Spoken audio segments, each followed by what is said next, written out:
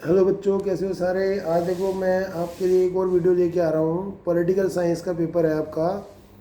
तो political science की एक वीडियो मैं ऑलरेडी अपलोड कर चुका हूँ एनआईएस के बच्चों के लिए।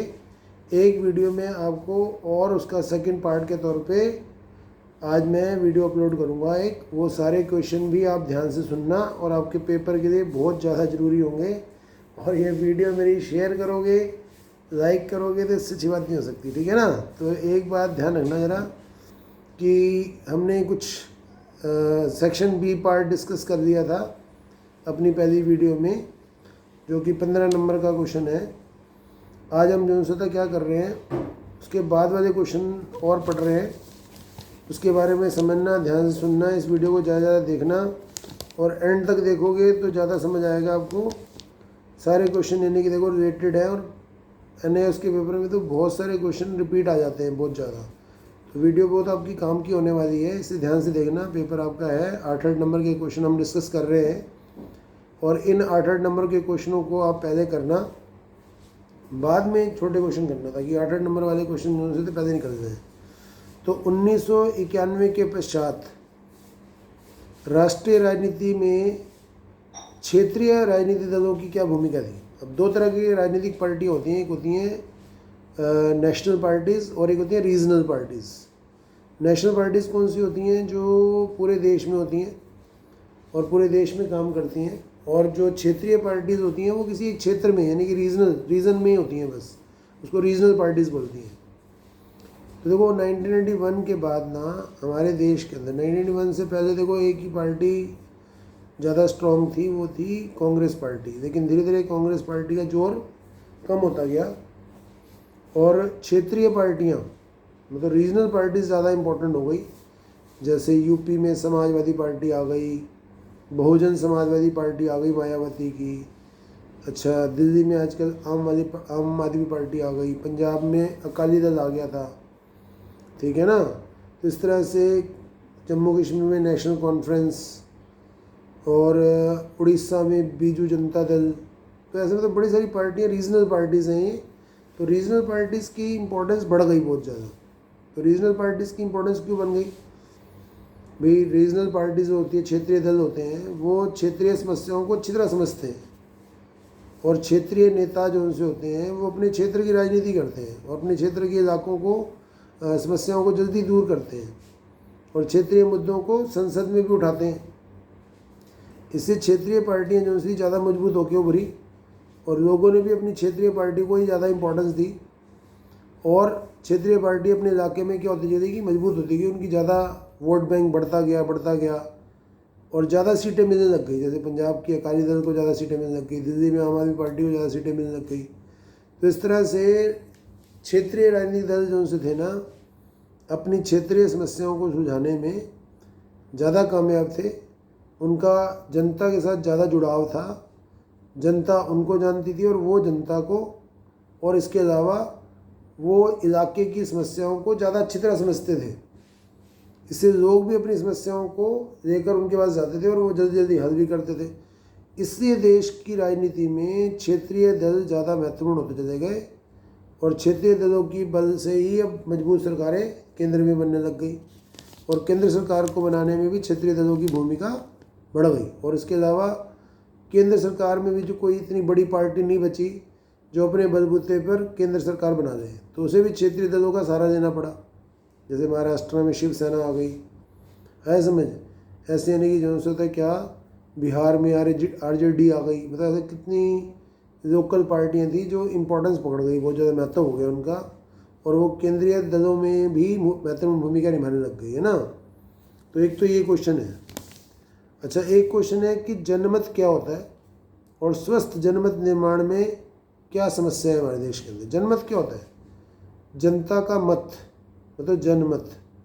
जनमत मतलब जनता की राय, जनता की सोच क्या है, जनता राष्ट्रीय मुद्दों पे क्या सोचती है।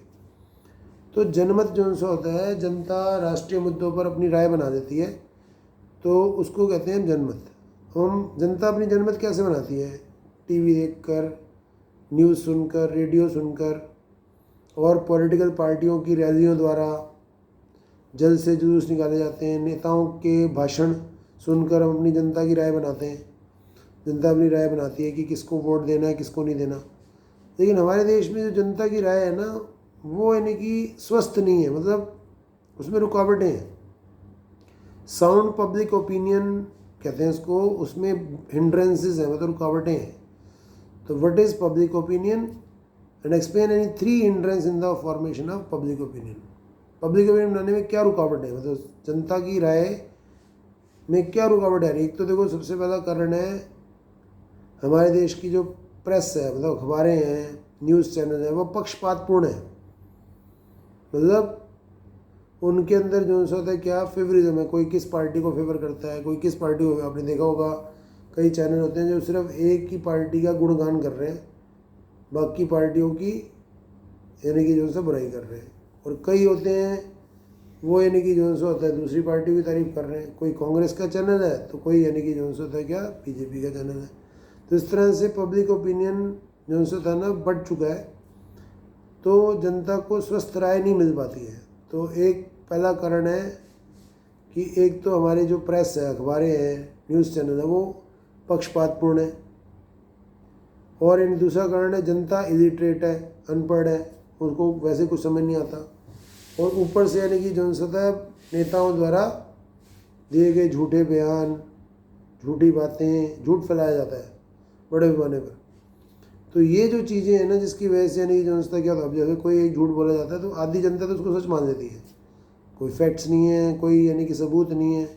तो इससे पब्लिक ओपिनियन को प्रभावित किया जाता है झूठ बोलकर, गलत खबरें छपवा कर।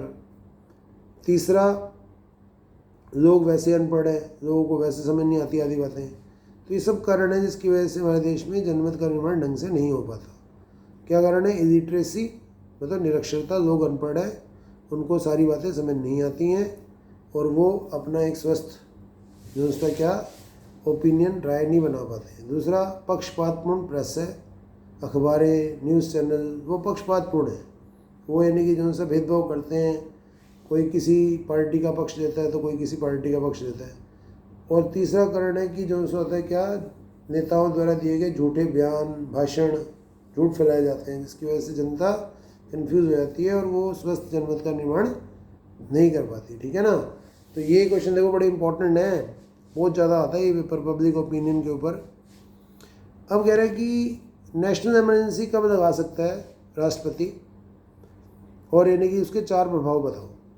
भाई भारत में राष्ट्रीय आपातकाल की घोषणा कब की जा सकती है और उसके क्या प्रभाव होंगे। बड़ा इंपॉर्टेंट क्वेश्चन है। देखो, राष्ट्रीय आपातकाल की घोषणा कब की जा सकती है और उसका क्या प्रभाव होगा, क्वेश्चन पूछ रहा हूँ मैं। भैया ठीक है, क्या है, what is the situation in which national emergency can be imposed and what are the 4 effects of national emergency. Question ये है। देखो, राष्ट्रीय आपातकाल की घोषणा तब की जा सकती है, 3 केसेस हैं धारा 356 के अंदर, कि अगर किसी विदेशी आक्रमण हो जाए हमारे देश के अंदर, सशस्त्र विद्रोह हो जाए हमारे देश के अंदर। सशस्त्र विद्रोह, आर्म रिबेलियन, हथियार लेके लोग विद्रोह कर दें, विदेशी हमला हो जाए, तब इमरजेंसी लगाई जा सकती है, पहला कारण।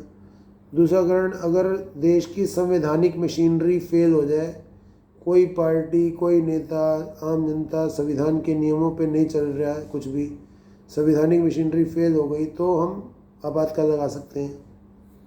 और तीसरा कारण होता है वित्तीय संकट, मतलब फाइनेंशियल क्राइसिस अगर आ जाए तो भी इमरजेंसी लगाई जा सकती है। तो इन 3 केसेस में जब इमरजेंसी लग जाती है तो सारी शक्तियाँ सरकारों के से निकल कर किसके पास आ जाती है, राष्ट्रपति के पास आ जाती है। तो राष्ट्रपति सर्वसर्वा हो जाता है, उसकी हुकूमत हो जाती है, मतलब राष्ट्रपति जो होता है फिर संविधान के अनुसार शासन चलाता है। पहला प्रभाव, सभी राज्य सरकारों और केंद्र सरकार की शक्ति शून्य हो जाती है और राष्ट्रपति शासन अपने हाथ में ले लेता है। पहला प्रभाव ये होता है। दूसरा, लोगों के जो मौलिक अधिकार होते हैं वो क्या कर दिए जाते हैं, सस्पेंड कर दिए जाते हैं, मतलब कुछ समय के लिए स्थगित कर दिए जाते हैं जब तक राष्ट्रीय आपातकाल चल रहा है। लोगों को घर से बाहर निकलने की मनाही हो सकती है, जैसे कोरोना काल आया था तो एक तरह की नेशनल इमरजेंसी थी, उसमें लोगों को घरों में कैद कर दिया गया, लॉकडाउन लगा दिया गया, कोई दुकान नहीं खोलेगा, कोई घरों से बाहर। हमारे अधिकार घूमने फिरने का छीन लिया गया, बंद हो जाए घरों में। तो जब भी कोई ऐसी सिचुएशन आती है तो सरकार क्या कर सकती है, जैसे वित्तीय संकट की वजह से अगर आपातकाल आता है तो सरकार क्या कर सकती है, सरकारी कर्मचारियों की सैलरी सस्पेंड कर सकती है, स्थगित कर सकती है, नहीं जी 4 महीने तक सैलरी मिलेगी, या उनकी सैलरी कम की जा सकती है। तो ये प्रभाव है, लोगों के अधिकार छीने जाते हैं, सरकारी कर्मचारियों की सैलरियाँ कम की जा सकती हैं, रोकी जा सकती हैं। तीसरा प्रभाव, राज्य सरकारों की शक्ति क्या हो जाएगी, जीरो हो जाएगी, और यानी कि जो सा हमारी सारी स्वतंत्रताएं छीन ली जाएंगी, घूमने फिरने का अधिकार, कहीं बसने का अधिकार, व्यापार करने का अधिकार, ये सारी स्वतंत्रताएं क्या कर ली जाएंगी, छीन ली जाएंगी। तो ये यानी कि जो है नेशनल इमरजेंसी का प्रभाव है। याद कर देना, बड़ा इंपॉर्टेंट क्वेश्चन है कि नेशनल इमरजेंसी कब लगती है, सशस्त्र विद्रोह हो जाए, विदेशी हमला हो जाए, फॉरेन एग्रेशन और आर्म्ड रिबेलियन। दूसरा, कॉन्स्टिट्यूशनल मशीनरी फेल हो जाए, संवैधानिक मशीनरी फेल हो जाए। तीसरा, वित्तीय संकट आ जाए तो इमरजेंसी लगा सकता है राष्ट्रपति। और जब इमरजेंसी लगाई जाती है तो उसका क्या प्रभाव होता है, उसका प्रभाव ये होता है कि लोगों की स्वतंत्रताएं छीन ली जाती हैं, सस्पेंड हो जाती हैं, और यानी कि राज्य सरकारों की शक्ति जीरो हो जाती है। सारी शक्ति किसके पास आ जाती है, राष्ट्रपति के पास आ जाती है। राष्ट्रपति के नाम पे या राष्ट्रपति सारी शासन व्यवस्था अपने हाथ में ले लेता है। और तीसरा प्रभाव क्या होता है, सरकार क्या कर सकती है, सभी तरह की स्वतंत्रताओं पे रोक लगा सकती है। चौथा प्रभाव ये हो सकता है कि आपकी सैलरी कम कर सकती है, आपकी सैलरी कम, सरकारी कर्मचारियों की सैलरी कम कर सकती है, सैलरी रोक सकती है। तो ये अधिकार है, देखो, ठीक है ना। अच्छा देखो, एक क्वेश्चन है इसमें, आज्ञा पत्र क्या होते हैं। 4 आदेश, महादेश दे सकता है सुप्रीम कोर्ट, संवैधानिक उपचारों का अधिकार कहते हैं इसको। तो इसको कहते हैं राइट टू कॉन्स्टिट्यूशनल रेमेडीज़। जैसे हमारे पास फंडामेंटल राइट्स हैं, स्वतंत्रता का अधिकार, समानता का अधिकार, धार्मिक शिक्षा, धर्म का अधिकार, शिक्षा का अधिकार, और एक है संवैधानिक उपचारों का अधिकार। अब ये संवैधानिक उपचारों का जो अधिकार है ना, उनको कहते हैं संविधान की आत्मा ही, कि अगर हमारे साथ हमारे अधिकारों को छीना जाता है और हमारे पास अगर संवैधानिक उपचार करने का तरीका नहीं है, मतलब हम कॉन्स्टिट्यूशन में कोई रेमेडीज़ नहीं है, उपाय नहीं है, हम शिकायत नहीं कर सकते, तो फिर ये अधिकार बेकार है। तो इससे सरकार ने जो सा हमें एक ऐसा अधिकार दिया है जिसे कहते हैं राइट टू कॉन्स्टिट्यूशनल रेमेडीज़, मतलब संवैधानिक उपचारों का अधिकार। संवैधानिक उपचारों का अधिकार ये है कि अगर हमारे फंडामेंटल राइट्स छीने जाते हैं तो हम डायरेक्टली सुप्रीम कोर्ट में जा सकते हैं, और सुप्रीम कोर्ट हमारे मौलिक अधिकारों का रखवाला है। और उन मौलिक अधिकारों की रक्षा करने के लिए सुप्रीम कोर्ट आदेश दे सकता है, परमादेश दे सकता है, आज्ञा पत्र बोलते हैं इसे। जैसे किसी भी लोअर कोर्ट को परमादेश जारी करके उसके तहत चलने वाले किसी भी केस को अपने पास बुला सकता है कि ये केस मेरे को हैंड ओवर कर लो, तुम, मैं देखूंगा, तो परमादेश। अच्छा, कोई सरकारी दफ्तर गलत काम कर रहा हो तो उसके खिलाफ अधिकार परीक्षा का हुक्म जारी किया जा सकता है, किस अधिकार से तुम काम कर रहे हो मुझे बताओ, रिपोर्ट दो। अच्छा, किसी बंदे की अगर मनमानी गिरफ्तारी हो गई है तो उसको यानी कि जो होता है क्या, एक और आदेश देकर अपने सामने प्रकट करवा सकता है। बंदी प्रत्यक्षीकरण का आदेश कहते हैं इसको, कि इस बंदी को, बंदी मतलब कैदी को, मेरे सामने तुरंत पेश करो कि तुमने इसको गिरफ्तार क्यों किया। ठीक है ना, मनमानी गिरफ्तारी नहीं कर सकता पुलिस वाले, तो हम सुप्रीम कोर्ट जा सकते हैं। जैसे मतलब किसी बंदे को गिरफ्तार कर लिया गया हो तो हम उसकी रक्षा करने के लिए सुप्रीम कोर्ट चले जाएंगे। सुप्रीम कोर्ट पुलिस वालों को आदेश देगा कि इस बंदे को मेरे सामने पेश करो फटाफट, बंदी प्रत्यक्षीकरण, वो हैंडल करेगा उस केस को। तो ये बंदी प्रत्यक्षीकरण का आदेश है, परमादेश है, किस अधिकार परीक्षा, ये आज्ञा पत्र है, किस अधिकार से तुम काम कर रहे हो, है ना। तो इन आज्ञा पत्रों के जरिए सुप्रीम कोर्ट हमारे अधिकारों की रक्षा करता है, और लोअर कर्मचारियों, लोअर पुलिस अफसरों को, लोअर कोर्ट को, लोअर किसी डिपार्टमेंट को सरकारी काम करने का आदेश दे सकते हैं। ठीक है ना। तो ये बड़ा इंपॉर्टेंट क्वेश्चन है, संवैधानिक उपचारों का अधिकार कहते हैं इसको, कि हम सीधा अपने अधिकारों की रक्षा करने के लिए सुप्रीम कोर्ट जा सकते हैं। अच्छा देखो, मानव अधिकारों के विकास की प्रमुख घटनाओं का वर्णन करना है। कि देखो describe the major landmark in the development of human rights. अब देखो ह्यूमन राइट्स कैसे मिले हमें। अब मानवाधिकार जो से थे ना पहले नहीं होते थे, पहले ज़माने में मानवाधिकार नहीं मिले हुए थे, लेकिन सबसे पहले फ्रांस में क्रांति हुई और फ्रांस में क्रांति होने के बाद मानव को अधिकार मिलने शुरू हुए। तो मानवाधिकार जो से थे ना फ्रांस की क्रांति से मिले हैं। कौन सा अधिकार मिला था? स्वतंत्रता का, समानता का और भाईचारे का। Fraternity, liberty and equality. उनके जो आंदोलनकारी थे उनका यही नारा था कि हमें इक्वालिटी दो, हमें स्वतंत्रता दो, हम किसी राजा के अंडर नहीं रहेंगे, हमें वोट देने का अधिकार दो, हमें भाईचारे से रहने का अधिकार दो। तो ये जो अधिकार थे ना, स्वतंत्रता, समानता और भाईचारे, फ्रेटर्निटी का जो अधिकार था, ये फ्रांस की क्रांति से आया। फिर घोषणा हुई अमेरिका की, इसको कहते हैं नागरिक अधिकारों की घोषणा 1948, ह्यूमन राइट्स डिक्लेरेशन। इसमें अमेरिका ने ह्यूमन राइट डिक्लेयर कर दिया और पूरी दुनिया में कह दिया कि सभी देशों को ये अधिकार जो थे मानने जरूरी हैं और अपने जनता को देने जरूरी हैं।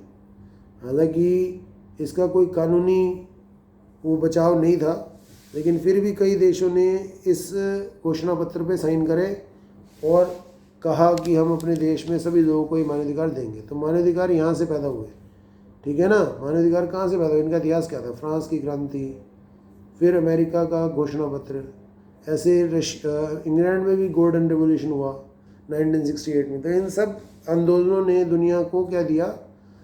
अधिकार दिए, वोट देने का अधिकार दिया, स्वतंत्रता का अधिकार दिया, इक्वालिटी का अधिकार दिया, है समझ। उसके बाद यानी कि किसी को भी मनमानी तरीके से गिरफ्तार नहीं किया सकता, उसके ऊपर अमानवीय अत्याचार नहीं किए जा सकते। ह्यूमन राइट्स इतने ज़्यादा फेमस हो चुके हैं। अच्छा, उसके बाद मानव अधिकार आयोग बन गए, ह्यूमन राइट कमीशन बन गया इंडिया के अंदर, नेशनल ह्यूमन राइट कमीशन, राष्ट्रीय मानव अधिकार आयोग। ये देखता है कि किसी भी सरकारी दफ्तर में, किसी भी सरकारी जेल में, किसी भी सरकारी पुलिस थाने में किसी भी इंसान के साथ कोई भी गैर मानवीय जो उनसे दुराचार ना हो, अत्याचार ना हो, ठीक है ना। और कोई भी मामला ऐसा आता है तो ह्यूमन राइट कमीशन क्या करता है? इसके खिलाफ आवाज़ उठाता है। फिर महिला आयोग बन गया जो महिलाओं के अधिकारों की रक्षा करता है। तो इस तरह से देखो धीरे धीरे यानी कि जो होता है क्या मानवाधिकारों की विकास होता गया और आज हमारे पास बहुत सारे मानवाधिकार है जिसकी वजह से हम काफ़ी सुरक्षित जीवन जीते हैं पहले समाज के मुकाबले में, ठीक है ना। तो ये यानी कि जो होता है, अभी क्वेश्चन देखो, जनसंख्या में वृद्धि केवल प्राकृतिक वातावरण के लिए नहीं बल्कि अभी तो पर्यावरण के अन्य पक्षों के लिए भी समस्या बनती जा रही है। ये तो है ही है, जितनी जनसंख्या बढ़ती जाएगी उतनी ज़्यादा बिजली चाहिए, उतने ज़्यादा रहने के लिए घर चाहिए, उतने ज़्यादा पानी चाहिए, लेकिन ये सारे जो नेचुरल संसाधन हैं वो कम होते जा रहे हैं। ज़्यादा लोग आएंगे, उनको रहने के लिए घर चाहिए, पेड़ काटने पड़ेंगे। जब पेड़ काटेंगे तो बरसात होनी कम हो जाती है, बरसात होनी कम होती है, पानी की कमी आ जाती है। तो हर चीज़ का जो समस्या है कि जड़ है ना वो जनसंख्या ही है। जनसंख्या अत्यधिक होने की वजह से हमारे संसाधनों पर दबाव बढ़ रहा है और यानी कि जो होता है पर्यावरण प्रदूषण भी बढ़ रहा है, क्योंकि जितने ज़्यादा लोग उतना ज़्यादा कूड़ा, उतना ज़्यादा यानी कि जो होता है प्रदूषण। तो इस तरह से पर्यावरण जो है वो हमारे लिए बहुत यानी कि जो होता है ज़रूरी है। लेकिन जनसंख्या जैसे जैसे इंसान की बढ़ती जा रही है पर्यावरण प्रदूषण बढ़ता जा रहा है, भीड़ भाड़ बढ़ती जा रही है, कूड़ा करकट बढ़ता जा रहा है, पेड़ कटते जा रहे हैं, बरसात का मौसम कम होता जा रहा है। मतलब बरसात जहाँ पेड़ नहीं होंगे वहाँ बरसात नहीं हो सकती, ठीक है ना। अब एक क्वेश्चन पूछा हुआ है कि राज्य और सरकार में क्या अंतर होता है? राज्य और सरकार में क्या अंतर होता है? अब आपको पता होना चाहिए कि राज्य बनने के लिए 4 तत्व चाहिए, 4 एलिमेंट होते हैं जो एक स्टेट को बनाते हैं। जैसे एक निश्चित भूभाग हो, ज़मीन हो, जहाँ पॉपुलेशन रहती हो, और उस पॉपुलेशन का क्या हो, एक सरकार भी हो जो उसके लिए नियम बनाती हो, और प्रभुसत्ता भी हो। प्रभुसत्ता मतलब सरकार के पास निर्णय लेने की ताकत भी हो। तो 4 चीज़ें मिलकर राज्य बनाते हैं। लेकिन सरकार क्या है? सरकार राज्य का एक अंग है बस। वैसे राज्य बनाने के लिए 4 चीज़ें चाहिए, भूमि चाहिए, वहाँ पर रहने वाली जनसंख्या भी हो, जनसंख्या के लिए सरकार भी हो, सरकार के पास प्रभुसत्ता मतलब सॉवरेनिटी मतलब अपने फैसले देने की ताकत। सुनना, ध्यान सुनना, देखो बड़े इंपॉर्टेंट क्वेश्चन है और बहुत सारे रिपीट आ जाते हैं। इनमें से कोई चीज़ और भी आ सकती है। जैसे राज्य क्या है? तो राज्य 4 चीज़ों से मिलकर बना हुआ है, इसी में से क्वेश्चन बन रहा है। तो राज्य जो सो होता है 4 चीज़ें मिलकर बना है, जनसंख्या, भूमि, जनसंख्या, सरकार और सरकार के बाद प्रभुत्व होता है। लेकिन राज्य का एक अंग है सरकार, ठीक है ना, राज्य का एक अंग है सरकार। अच्छा, राज्य जो होता है ना परमानेंट है, जैसे हमारा इंडिया राज्य है वो परमानेंट रहेगा, लेकिन सरकार क्या है, परमानेंट नहीं है, बदलती रहती है। तो राज्य का जो स्वरूप है वो स्थिर रहता है, लेकिन जो सरकार का स्वरूप है बदलता रहता है। राज्य स्वामी है, सरकार उसकी नौकर है, क्योंकि इंडिया के लिए काम कर रही है सरकार। तो राज्य स्थायी है, सरकार बदलती रहती है। राज्य जो होता है स्वामी है, सरकार क्या है, नौकर है, उसका काम करती है। ऐसे समझ। तो राज्य की कोई मूर्ति नहीं है, लेकिन सरकार को देखा जा सकता है। राज्य अमूर्त है, मतलब उसकी कोई मूर्ति नहीं है, देख नहीं सकते हम, ठीक है ना। लेकिन जो सरकार है उसकी तो मूर्ति है, वो तो बंदे हैं, उनको देख सकते हैं, उनसे मिल भी सकते हैं जाके। सरकार के बंदे हैं जी, ये प्रधानमंत्री है, ये गृह मंत्री है, मिलो जाके, यही सरकार को चलाते हैं। तो इस तरह से राज्य और सरकार में क्या अंतर होता है पता लगता है। अच्छा देखो, जो मानवाधिकार है उसकी यानी कि मेन कैटेगरीज क्या हैं, मानवाधिकारों की मुख्य श्रेणियाँ क्या हैं। तो मानवाधिकार कई तरह के हो सकते हैं, राजनीतिक अधिकार, आर्थिक अधिकार, और यानी कि जो होता है क्या मानव अधिकार, और यानी कि जो होता है क्या नागरिक अधिकार। तो बड़ी सारी श्रेणियाँ हैं, अधिकार कई तरह के हो सकते हैं। तो एक तो होते हैं मौलिक अधिकार, फंडामेंटल राइट्स, जिनके बिना व्यक्ति जीवन का विकास कर ही नहीं सकता। ऐसे अधिकार जो व्यक्ति के विकास के लिए बहुत जरूरी हैं, उनको हम कहते हैं मौलिक अधिकार। Fundamental rights are those rights which are essential for the human development, ठीक है ना, मानव विकास के लिए बहुत जरूरी हैं। तो मानव अधिकार वे अधिकार हैं जो मानव के विकास के लिए बहुत जरूरी हैं। एक तो मानव अधिकार हो गया जैसे जीवन का अधिकार, समानता का अधिकार, स्वतंत्रता का अधिकार, ये तो मौलिक अधिकार है। धार्मिक अधिकार, धर्म का अधिकार, शिक्षा का अधिकार। इसके अलावा राजनीतिक अधिकार भी हैं। राजनीतिक अधिकार, हम किसी नगर के राज्य के सदस्य हैं तो हमें नागरिक अधिकार और राजनीतिक अधिकार मिलते हैं। वोट देने का अधिकार, इलेक्शन में खड़े होने का अधिकार, भाषण देने का अधिकार, सरकारी नौकरी प्राप्त करने का अधिकार, ये राजनीतिक अधिकार है। अच्छा, फिर आ गए नागरिक अधिकार। नगर में रहते हैं तो नगर में कहीं घूमने फिरने का अधिकार, कहीं बसने का अधिकार, काम धंधा करने का अधिकार। अच्छा, आर्थिक अधिकार भी हैं, ये हमारे काम धंधे करने के अधिकार हैं कई, कि हम काम धंधा कर सकते हैं, रोजी रोटी कमा सकते हैं, भूखमरी से मुक्ति पाने के लिए हम कोई भी काम कर सकते हैं, लेकिन वो गैर कानूनी या सरकार के नियमों के खिलाफ ना हो। तो ये कई तरह के देखो मानवाधिकार है। तो मानवाधिकारों की कई तरह की कैटेगरी है। आर्थिक जो काम धंधों संबंधी है, राजनीतिक जो राजनीति से जुड़ी हुई है, नागरिक अधिकार होता है समानता का अधिकार, और इन्हें कि समाज में हम रहते हैं तो कोई भेदभाव ना करे हमारे साथ, ये अधिकार है हमारा। तो देखो अभी क्वेश्चन पूछा हुआ है कि भारतीय नागरिकों के किन्हीं 5 मौलिक कर्तव्य बताने हैं। तो मौलिक कर्तव्य तो देखो बड़े सिंपल है, अपनी जनरल नॉलेज लिख सकते हैं कि हर भारतीय का ये कर्तव्य बनता है कि वो सरकारी संपत्ति को नुकसान ना पहुँचाए, पहला कर्तव्य यही कर्तव्य है। दूसरा कर्तव्य क्या है कि हम राष्ट्र ध्वज, राष्ट्रगान और भारतीय संविधान का सम्मान करें, उनमें लिखे हुए आदर्शों में चले। तो राष्ट्रगान, राष्ट्रध्वज का सम्मान करना है और संविधान में दिए गए आदर्शों का पालन करना है। अच्छा, तीसरा कर्तव्य क्या है कि भाईचारे से रहना है, भाईचारे से रहना है, मिलजुल के रहना है, लड़ाई दंगे नहीं भड़काने ना करने हैं, सरकारी संपत्ति का नुकसान नहीं पहुँचाना। अच्छा, पर्यावरण को नुकसान नहीं पहुँचाना, ये कर्तव्य बनता है। अच्छा, और एक कर्तव्य दिया हुआ है कि हमें यानी कि व्यवस्था क्या करना है, अपने अपने क्षेत्र में मेहनत करके तरक्की करनी है, क्योंकि हर भारत किससे बना हुआ है, लोगों से बना हुआ है। अगर एक एक बंदा मेहनत करके अपनी अपनी फील्ड में तरक्की करेगा तो भारत भी तरक्की करेगा। तो एक कर्तव्य दिखा हुआ है कि हमें परफेक्शन हासिल करनी है, अपने अपने क्षेत्रों में मेहनत करके अथक प्रयास करके क्या करना है, उन्नति करनी है, ताकि भारत उन्नति कर सके, ठीक है ना। तो देखो शहरी स्थानीय निकाय होते हैं ना, जो अर्बन लोकल बॉडी, जैसे MCD आपने सुना है, म्यूनिसिपल कॉरपोरेशन ऑफ दिल्ली, इसकी क्या काम है, MCD क्या करती है बताओ भाई। नगर में नदी नालों की सफाई करना, अच्छा डिस्पेंसरियाँ चलाना, मोहल्लों में क्लिनिक चलाना, और डिस्पेंसरी चलाना, और जो प्राइमरी स्कूल चलाना, पहली से लेकर 5वीं तक के जो स्कूल होते हैं वो एमसीडी के अंडर होते हैं, और सड़कों की सफाई और सड़कों पे लाइटिंग करना, ये सारे काम किसके हैं, यानी कि ये सारे काम एमसीडी वालों के हैं। अच्छा पब्लिक लाइब्रेरीज मेंटेन करना, तो एमसीडी जो सी होती है क्या क्या काम करती है, नदी नालों की सफाई करना, सड़कों पे रोशनी का प्रबंध करना, सड़कों की सफाई करवाना, डिस्पेंसरियाँ चलाना, प्राइमरी स्कूल चलाना, प्राइमरी हेल्थ सेंटर एमसीडी चलाती है। समझ बात को, तो ये तो जनरल नॉलेज की क्वेश्चन है। तो ये यानी कि नदी नालों की सफाई कराती है, लाइब्रेरियाँ चलाती है, डिस्पेंसरी चलाती है, तो ये क्वेश्चन भी बड़े इंपॉर्टेंट है। तो देखो ये शीत युद्ध वाला क्वेश्चन पढ़ा था हमने कल लास्ट वीडियो में कि सेकेंड वर्ल्ड वॉर के बाद अमेरिका और यूएसएसआर यानी कि रशिया के गुट के बीच में ना लड़ाई का माहौल बन गया था। एक्चुअली में वार नहीं हुई, लेकिन जो लड़ाई का माहौल बन गया, ईर्ष्या का, नफरत का, अविश्वास, मिसट्रस्ट का जो ये माहौल था, उसको शीत युद्ध बोलते हैं।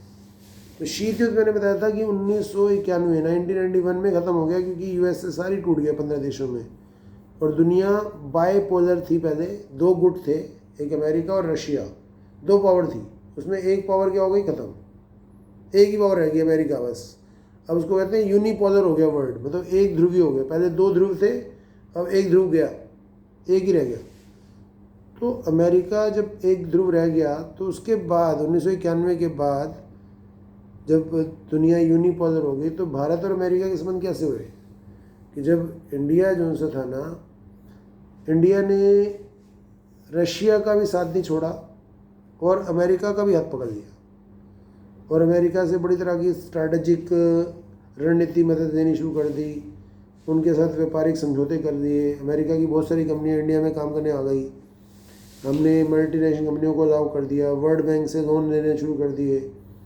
तो अल्टीमेटली इंडिया के जो संबंध थे अमेरिका के साथ ज़्यादा रणनीति वाले हो गए, मतलब, और आज हमारे अमेरिका के साथ भी संबंध अच्छे हैं, और रशिया का साथ भी हमने नहीं छोड़ा। रशिया तो हमारा परमानेंट दोस्त था ही पहले और आज भी है, लेकिन जो अमेरिका है, अमेरिका की तरफ भी हमारा झुकाव कोल्ड वार के बाद बढ़ा है, और अमेरिका के साथ भी हमारी साझेदारी बढ़ी है, व्यापार बढ़ा है, संबंध अच्छे हुए हैं। हमारे देश के कई प्रधानमंत्रियों ने अमेरिका की बहुत यात्रा करी, वहाँ जाके समझौते करे, जैसे मोदी तो बहुत बार ही गया अमेरिका। तो इस तरह से देखो हम कह सकते हैं कि पोस्ट कोल्ड वार, मतलब कोल्ड वार के बाद के भारत और अमेरिका के संबंध सुधरे, अच्छे हुए, व्यापार बढ़ा है, तरक्की हुई है। ठीक है ना, तो ये क्वेश्चन बड़े इंपॉर्टेंट है। अच्छा एक क्वेश्चन और है, 5 नंबर का क्वेश्चन है, वो राज्यसभा और लोकसभा में क्या अंतर है। अब आपको पता होगा कि हमारी पार्लियामेंट में 2 सदन है, एक लोकसभा और राज्यसभा। लोकसभा को निम्न सदन, लोअर हाउस बोलते हैं, और राज्यसभा को क्या बोलते हैं, अपर हाउस बोलते हैं, ऊपरी सदन बोलते हैं। तो लोकसभा जो सा होता है उसको क्या बोला जाता है, लोकसभा यानी कि जनता की सभा है, जनता द्वारा चुनी जाती है लोकसभा। सारे सदस्य यानी कि जो से होते हैं 545 सदस्य होते हैं, जो जनता की वोटिंग द्वारा आम चुनाव द्वारा चुने जाते हैं, जबकि राज्यसभा के सदस्य राज्य असेंबलियों के में से भेजे जाते हैं। राज्य विधानसभाओं में से जो सदस्य होते हैं वो राज्यसभा में भेजे जाते हैं। अब यानी कि जो लोकसभा है वो यानी कि जो होता है धन विधेयक को पास करती है, लेकिन राज्यसभा के पास धन विधेयक के मामले में कोई अधिकार नहीं है। धन विधेयक मतलब मनी बिल। तो हमारी सारे देश की जो पैसे हैं वो मनी बिल किस पे कंट्रोल है, किस पे है, वो लोकसभा के हाथ में है, क्योंकि राज्यसभा मनी बिल के मामले में कोई फैसला नहीं ले सकती है। अच्छा ज़्यादा पावरफुल कौन है राज्यसभा राज्यसभा में, लोकसभा ज़्यादा है क्योंकि उसके सदस्य ज़्यादा है। अगर राज्यसभा किसी बात पे नहीं मानती, अड़ जाती है, तो लोकसभा और राज्यसभा दोनों के इकट्ठे सेशन बुलाए जाते हैं, दोनों की इकट्ठी मीटिंग बुलाई जाती है, फिर वोटिंग होती है। तो वोटिंग में जीतेगा कौन, लोकसभा, क्योंकि लोकसभा के सदस्य ज़्यादा है। तो लोकसभा में 545 हैं, जिसमें 2 एंग्लो इंडियन होते हैं जो राष्ट्रपति चुनता है, और राज्यसभा में 245 सदस्य होते हैं, जिसमें 12 राष्ट्रपति चुनता है और बाकी के स्टेट असेंबली से आते हैं, राज्य विधानसभाओं द्वारा भेजे जाते हैं। तो इस तरह देखो ये बड़े सिंपल क्वेश्चन था लोकसभा और राज्यसभा का। आज मैंने बड़े सारे इंपॉर्टेंट क्वेश्चन आपके साथ बहुत डिस्कस कर लिए हैं। कम से कम मैंने इस वीडियो में 12 से लेकर 20 तक क्वेश्चन मैंने डिस्कस कर दिए, यानी कि कम से कम 12 क्वेश्चन है, ठीक है ना, या 8 या 10 क्वेश्चन है। ये क्वेश्चन आप सुनोगे, एक पहली वीडियो देखोगे तो बहुत सारे क्वेश्चन आपको इसमें मिलेंगे, और ये आपकी वीडियो बहुत ही इंपॉर्टेंट है आपके लिए। इस वीडियो को जरूर देखना, अपने मित्रों के साथ शेयर करना, लाइक करना, और मेरे चैनल को सब्सक्राइब कर दोगे तो इससे अच्छी बात नहीं हो सकती। Thank you very much. फिर मिलेंगे नेक्स्ट वीडियो में। Thank you.